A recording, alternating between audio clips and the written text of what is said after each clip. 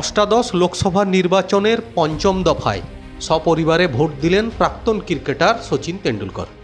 সোমবার বান্দ্রা পশ্চিমের এক ভোট গ্রহণ কেন্দ্রে তিনি ভোটাধিকার প্রয়োগ করেন। ভোট দিয়ে বাইরে এসে সাংবাদিকদের তিনি বলেন, আমি নির্বাচন কমিশনের জাতীয় আইকন। ভোটদানের গুরুত্ব নিয়ে সচেতনতা বাড়াতে আমি কয়েকটি প্রয়াসে যুক্ত থেকেছি।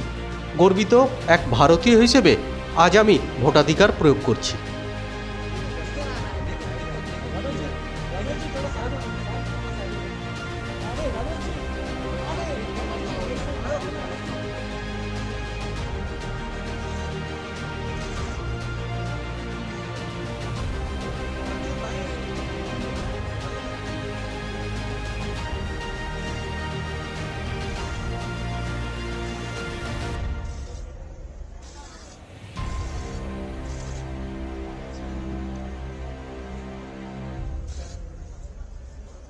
I am the national icon of ECI, so I was involved in quite a few initiatives in raising awareness and the importance of casting your vote.